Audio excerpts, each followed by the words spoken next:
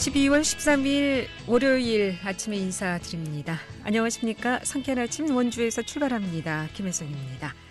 오늘 아침은 영하권의 강추위가 찾아왔습니다. 올겨울 들어서 가장 추운 날씨 보이고 있는데요. 원주 지방 현재 기온도 영하 6도입니다.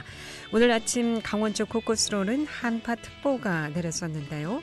낮에도 찬바람이 불면서 하루 종일 춥겠습니다. 오늘 최저기온은 영하 12도까지 떨어졌고요. 낮 최고기온은 영상 9도로 예상됩니다. 다만 이 추위는 오래 가지는 않겠습니다. 내일부터 다시 예년보다 온화한 날씨에 되찾겠는데요. 수요일 중부지방에, 목요일에는 남부지방에 비가 내린 뒤 주 후반 다시 또 추워지겠습니다. 오늘 준비한 소식입니다. 2018년 동계올림픽 이후 기존의 올림픽 시설을 활용해 강원도가 2024 동계 청소년 올림픽 유치에 나선 바 있는데 드디어 개최 일정이 확정됐습니다. 대회 개최 일정과 준비 소식 들어보고요. 또 원주 기업도시의 119 소방센터가 개청했습니다. 지난 9일 개청식이 있었는데 그 현장, 리포터 현장에서 다녀왔고요. 또 원주시가 고급 전통주 육성에 뛰어들기로 주목 됩니다. 원주시는 원주시 지역 전통주 산업 육성 지원 조례안을 의원 발의에 통과시키면서 전통주 육성 법적 근거를 마련했는데요. 원주시에서 추진하고 있는 전통주 육성 소식도 챙겨보겠습니다. 12월 13일 월요일 상쾌한 아침 원주에서 출발합니다.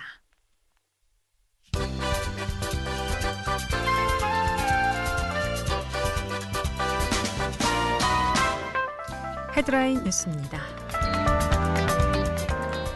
원주 혁신도시 이전 공공기관 중 유일하게 국민건강보험공단이 올해 공공기관 청렴도에서 1등급을 달성했습니다. 특히 공기업, 준정부기관 등 국가 업무를 위탁 수행하는 공직 유관단체 중 최초로 7년 연속 최상위 달성입니다. 공단은 지난 4월 말 이해충돌방지법 국회 통과 이전부터 각 부서장인 부임 행동 강령 책임관에 대한 대면 교육을 실시하고 직원들의 반부패와 청렴도 의식을 높였다는 평가를 받고 있습니다. 구리고개 주민협의체가 서울 용산 역사에서 상생협력 매장을 운영합니다.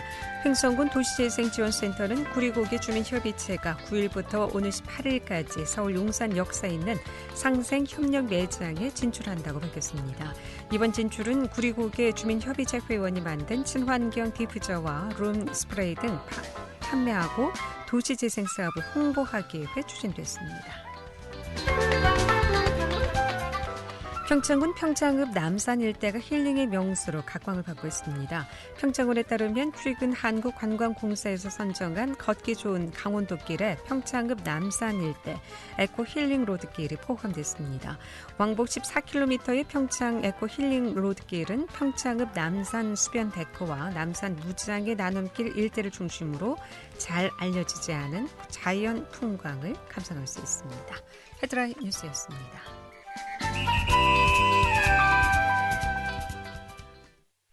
네, 2018년 동계올림픽의 기억이 지금도 아마 생생하실 겁니다.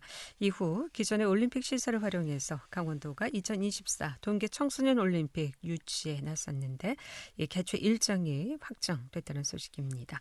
대회 개최 일정과 준비 상황에 대해서 2024 강원 동계 청소년 올림픽 대회 조직위원회 정원상 기획본부장 연결해서 얘기를 좀 듣겠습니다. 정원상 본부장님 나와 계시죠? 안녕하십니까? 네, 안녕하십니까? 네. 자, 올림픽 시설이 아직 그대로 남아있는 상황에서 2024 강원동계 청소년 올림픽도 개최하기로 결정이 됐는데 드디어 개최 일정이 확정됐다는 소식이 있나요? 이 대회 개최 일정과 준비 소식 먼저 들어보기 앞서서 3년 전 치러진 평창 동계올림픽의 여운이 아직도 생생한데요. 2024 강원 동계 청소년 올림픽 일정이 확정이 됐는데 우선 동계올림픽 어떤 대회인지 간략하게 좀 듣고 말씀 이어가도록 하겠습니다. 네, 청소년 올림픽은 IOC가 주관하는 전 세계적인 청소년 스포츠 대회입니다. 참가 대상이 15세에서 18세 청소년들입니다. 크게 하계와 동계로 나눠져 있는데요. 동계 대회는 2022년 오스트리아 인스브루크 대회를 시작으로 해서 이번 강원 2024 대회가 네 번째 개최되는 대회입니다. 청소년 올림픽과 좀 차이가 있습니다. 올림픽과 좀 차이가 있는데요. 성인 올림픽이 매달 경쟁에 주안점을 둔다면 청소년 올림픽은 청소년의 참여 그리고 청소년의 교육, 문화 활동을 중요시하는데 큰 차이가 있다고 할 수 있습니다. 네. 강원도에서 치러지는 동계 청소년 올림픽 개최 어떤 의미를 지닌다고 볼 수 있을까요? IOC와 저희 조직위가 가장 주안점을 두고 있는 것은 평창 2018 유산을 발전시키는 것이고요. 두 번째는 강원도의 지역 발전에 기여하는 대회가 될 수 있도록 하는 것입니다.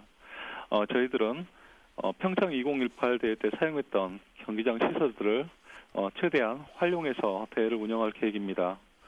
그래서 빙상 종목은 강릉에서, 노르딕과 슬라이딩 종목은 평창에서, 알파인 스키와 모골 종목은 정선, 그리고 스노보드 종목은 횡성에서 개최할 계획입니다.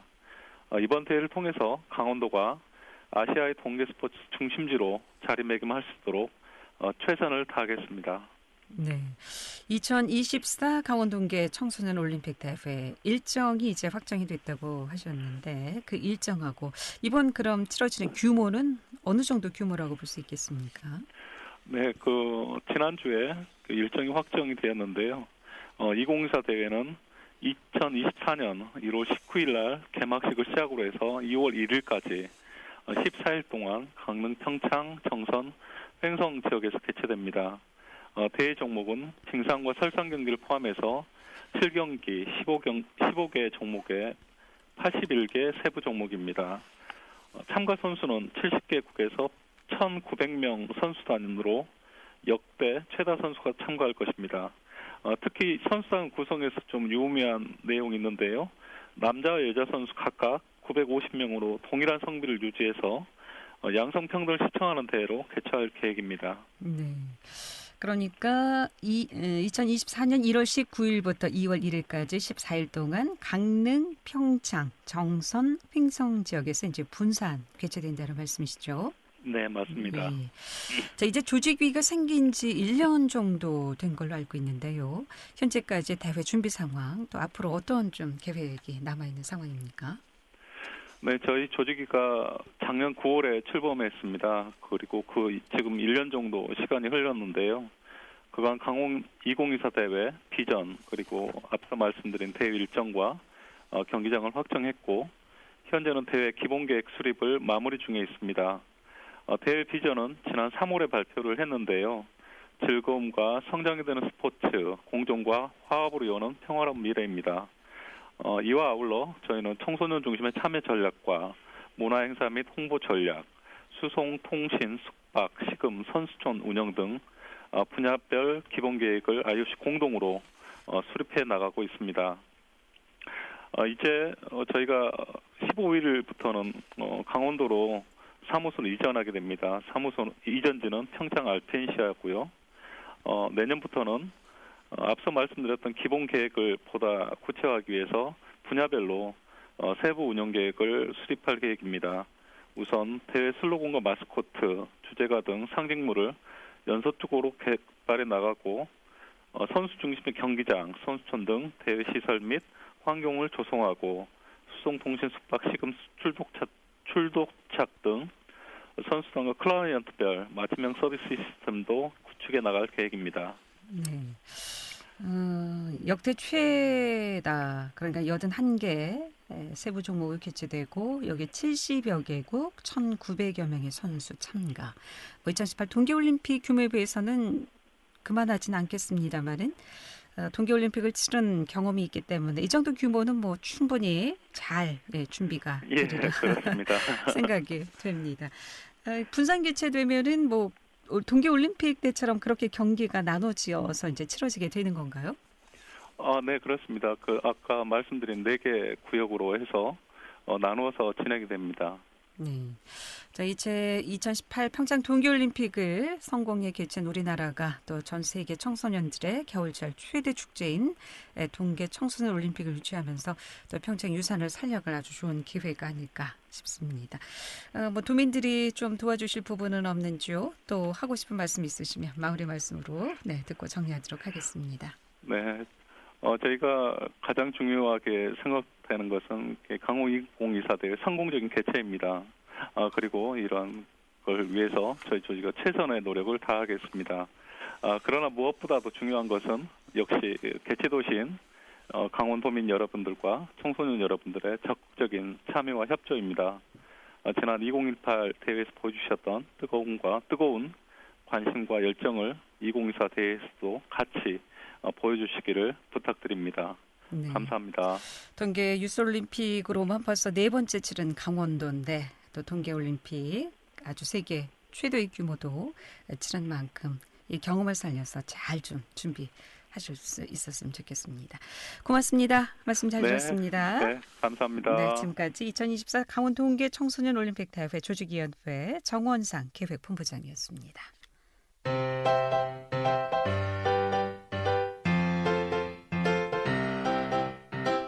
KBS 원주방송국이 유튜브 다시 듣기 서비스를 실시합니다.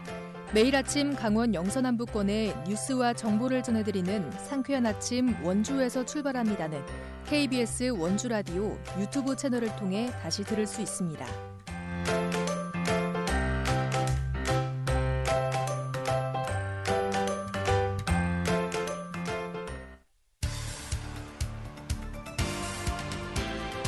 알찬 정보, 생생한 현장의 소식을 전해드립니다.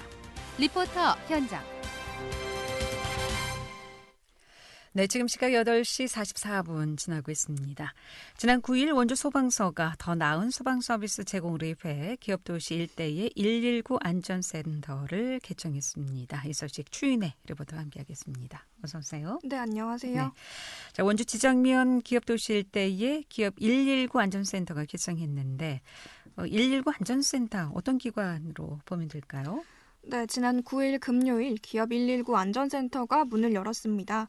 기업로 220에 위치하고 지상 2층의 규모로 지어졌는데요. 예산은 도비 12억 원, 12억 원으로 총 건축비 24억 원이 들여졌습니다. 지정면 기업 도시에 상주하는 인구가 3만 명이 넘으면서 안전센터의 필요성이 커졌는데요. 원래 지정면 지역에는 소방 지역대가 있었습니다. 지역대는 소방서가 필요할 경우에 자체적으로 외곽에 둘 수 있는 소규모 조직으로 근무 인원은 2-3명 정도의 펌프차와 구급차 활동만 가능합니다. 기업도시 인구가 크게 늘고 또 서원주역이 새로 들어서면서 교통량도 상당히 증가했는데요. 여기에 더해 간현 유원지가 전국적인 관광 명소로 자리 잡으면서 기업도시에 더 다양한 소방 서비스를 제공할 기관이 가까이에 필요해진 겁니다. 이 안전센터는 소방서보다는 작고 지역대보다는 큰 규모의 소방 조직기관인데요. 원주 소방서 행정지원 담당 유일수 소방경 이야기입니다. 이제 효과를 먼저 말씀드릴게요. 이제 화재 같은 경우에는 이제 골든 타임 내에 도착할 수가 있어서 피해액을 이제 확연하게 차이날 수 있게끔 줄일 수가 있습니다. 이런 면에서 또 안전을 이게 책임져줄 기관이 인근에 있다 이렇게 생각하면 어떤 안도감도 큰 효과가 될 수 있을 것 같습니다. 이런 어떤 기대, 이런 효과를 기대하면서 이제 기업도시 같은 경우가 인구가 한 3만 정도가 되고요. 그다음에 이제 고층 아파트라든가 대규모 어떤 기업들이 또 들어와 있어요. 기존 간현 유원지 같은 경우에는 전국적인 명소잖아요. 관광객도 많고, 그다음에 서원 지역에 들어오면서 교통량도 이제 상당히 증가했어요. 소방 수요가 확연히 아마 증가될 거예요. 이런 변화에 우리 소방이 어떤 양질의 서비스를 제공하고자 시민의 안전에 대응할 수 있는 안전센터를 이제 개청하게 되었습니다. 네. 이 기업도시 지정면이 기업도시 유치로 인구가 3만 명, 이제 3천 명 정도 됐던 지역이 3만 명이 넘으면서 소방 서비스가 좀 필요했기에 규모가 큰 119 안전센터가 이제 개청이 됐는데 그렇다면 이 센터 규모는 어느 정도인가요? 네, 이 기업 119 안전센터에는 총 25명이 근무하는데요. 센터장을 포함해 하루 9명이 24시간 대기하고 있습니다. 소방 차량 4대에 펌프차, 물탱크차, 구급차 차량이 있고요. 또 고층 건물에 최적화된 53m의 고가 사다리 차가 있어서 화재 진화뿐만 아니라 인명을 구조할 때도 쓰일 예정입니다. 흔히 알고 있는 소방활동 외에도 벌집 제거, 동물구조, 소방관리자 선임, 소화전 점검과 교육을 비롯한 다양한 업무가 이뤄집니다. 원주 소방서 행정지원 담당 유일수 소방경 이야기 이어듣겠습니다. 우선 도민 여러분들한테 이제 감사하다는 말씀을 먼저 드리는 게 맞는 것 같아요. 도민 여러분이 저희한테 이제 관심도 많이 주시고 새로운 청사가 이제 신축되기도 하고 그다음에 이제 노후 청사 같은 경우 좀 이제 많이 개선되어 가고 있어요. 그리고 또 저희 소방으로서는 이제 당연히 이제 해야 되는 일이지만 그 안전에 관한 활동을 이제 저희가 주로 하고 있는데 도민들이 저희한테 이제 많은 이제 애정을 갖고 계세요. 그리고 이제 보답하기 위해서라도 이제 더 정성을 가지고 친절하고 그다음에 정확하게 이제 업무를 처리해 나간다는 그런 다짐을 말씀을 드리고요. 그리고 이제 그 코로나19 때문에 그 국민이 지금 어려운 시간을 지금 겪고 있어요. 근데 일상으로 빠른 이제 회복을 위해서 그 도민 여러분들도 이제 마스크를 좀 착용을 적극 협조해 주시고요. 저희 또한 그 방역 수칙 철저히 준수하면서 신속하게 출동하고 응급처치에 최선을 다하겠습니다. 네, 119 안전센터의 개통으로 인해서 원주 지역의 서쪽 살고 계시는 분들 부족했던 소방시설이 이제 완전히 보충됐으니까 좀 더 안정감을 갖고 편하게 좀 지낼 수 있게 된 것 같네요. 네, 소방서가 반곡동 신청사로 이전하면서 명륜동, 무실동, 단구동과 같은 원도심의 소방 공백이 있었는데요. 지난 10월 명륜동 옛 소방서 인근에 지상 3층 규모로 명륜 119 안전센터가 개소해 운영 중입니다. 이 명륜 119 안전센터와 원주 소방서가 원주시의 소방 서비스를 제공해 오고 있었는데요. 이 원주 도심권은 동쪽으로 치우친 경향이 있습니다. 이제 원주의 서쪽으로도 지정면 기업도시 규모가 점점 커지고 관광지가 발전하면서 점점 더 많은 소방 수요가 생길 것으로 예측되는데요.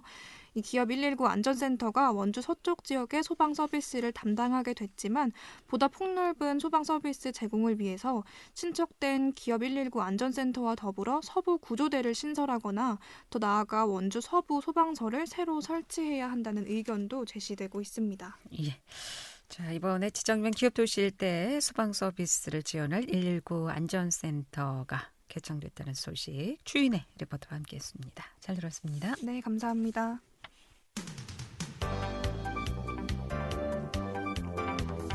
생생한 현장, 유익한 생활 정보를 전해드리겠습니다. KBS 원주 라디오 상쾌한 아침 원주에서 출발합니다를 함께하고 있습니다. 네, 원주시가 지역의 전통주 산업 육성에 나섭니다. 지역 특산주 개발을 통해서 주 원료로 사용되는 지역 농산물의 소비는 늘리고 또 정부에 찾아가는 양조장 체험 프로그램을 통해서 관광 자원화도 추진한다는 소식인데요. 이 소식은 원주시청 로컬푸드과 이인환 팀장 연결해서 얘기 나눠봅니다. 이인환 팀장님, 안녕하십니까? 네, 안녕하세요. 로컬푸드과 이인환입니다. 네, 원주시가 전통주 산업 육성에 나선다고 하는데요. 먼저 이 전통주 산업 육성을 본격적으로 추진하게 된 배경이 있을까요? 네, 최근 막걸리 열풍과 집에서 술을 마시는 홈술 열풍을 통해 우리 전통주에 대한 관심이 높아지고 있습니다. 우리 시에서도 이에 발맞춰 관내 전통주 생산업체를 발굴하고 기존 영세한 전통주 생산업체들의 어려움을 해소해드리기 위해 전통주 산업을 육성할 필요성을 느끼게 되었으며 전통주 산업 육성을 통하여 우리 시에서 생산된 농산물의 소비를 촉진시켜 지역 농업인의 소득 증대와 지역 경제 활성화를 도모할 수 있겠다는 가능성을 보고 추진하게 되었습니다. 네, 이 전통주 주 원료가 쌀인 것으로 알고 있는데 맞습니까? 네, 맞습니다. 네. 자, 그렇다면 이 전통주 판매로 한 해 지역 농산물 소비에 얼마나 도움이 될까요? 네, 대부분 업체에서 생산하는 전통주의 주 원료는 쌀이지만 이외에도 오디, 고구마, 다래 등도 사용되고 있습니다. 우리 시에서 생산되는 쌀은 연간 약 10,000톤 정도가 되는데요. 그중 전통주 제조로 사용되는 쌀은 약 25톤 정도 되는 것으로 파악되고 있습니다. 전체 생산량에 비하면 미미한 수준이지만 점차 증가세를 보이고 있으며 향후 전통주 업체가 꾸준히 증가한다면 원주시 쌀 소비의 한 축을 담당하지 않을까 생각하고 있습니다. 네, 원주시가 이제 이렇게 본격적으로 전통주 산업 육성에 나섰는데요. 그렇다면 원주 지역에는 이 전통주 업체가 얼마나 있는지요? 네, 전통주 제조 면허 발급 기준으로 6개 업체가 있습니다. 세부적으로 말씀드리자면 소초면의 치약다래 농장, 호저면의 고리골 농원, 환부면의 협동조합 모월, 신리면의 영농조합법인 쌀로술 쌀로초, 단계동의 삼봉표 아리랑 막걸리, 해장동의 주용 주식회사가 운영 중에 있습니다. 네. 그렇다면 앞으로도 더 늘어날 수도 있는 건가요? 네, 지금 저희가 이제 많이 육성을 하려고 노력을 하고 있습니다, 사실. 예. 원주 지역이 전통주의 종류도 이 정도면 좀 많은 것으로 알고 있는데 대표적인 전통주 좀 소개 좀 해주실 수 있습니까? 그리고 어느 정도 좀 선호를 많이 하고 있는지 우리 전통주에 대해서. 네네. 전통주 종류부터 말씀드리자면 네. 삭주, 약주, 소주, 과실주, 리큐류 등이 있습니다. 간단히 설명드리면 삭주는 술덫을 여과하지 않고 혼탁하게 만든 것이고요. 약주는 술덫을 여과하여 만든 것이고요. 소주는 약주와 쌀로 만든 미스를 중유하여 만든 것입니다. 과실주는 과즙을 원료로 술덫을 만들어 여과한 것이고, 리큐류는 증류주에 당분을 넣고 과실이나 꽃, 식물의 잎이나 뿌리 등을 넣어 맛과 향기를 더한 것이라고 보면 됩니다. 우리시 소재 전통주 업체에서 생산되는 품목들을 보면 삼봉표 아리랑 막걸리에서 탁주를 만들고 있고요. 영농조합법인은 쌀로술 쌀로초에서 약주를 생산하고 있습니다. 과실주로는 치악다래 농장에서 다래와인, 고리골 농원에서 오디와인을 생산하고 있고요. 유용 주식회사에서는 소주와 리큐류를 생산하고 있습니다.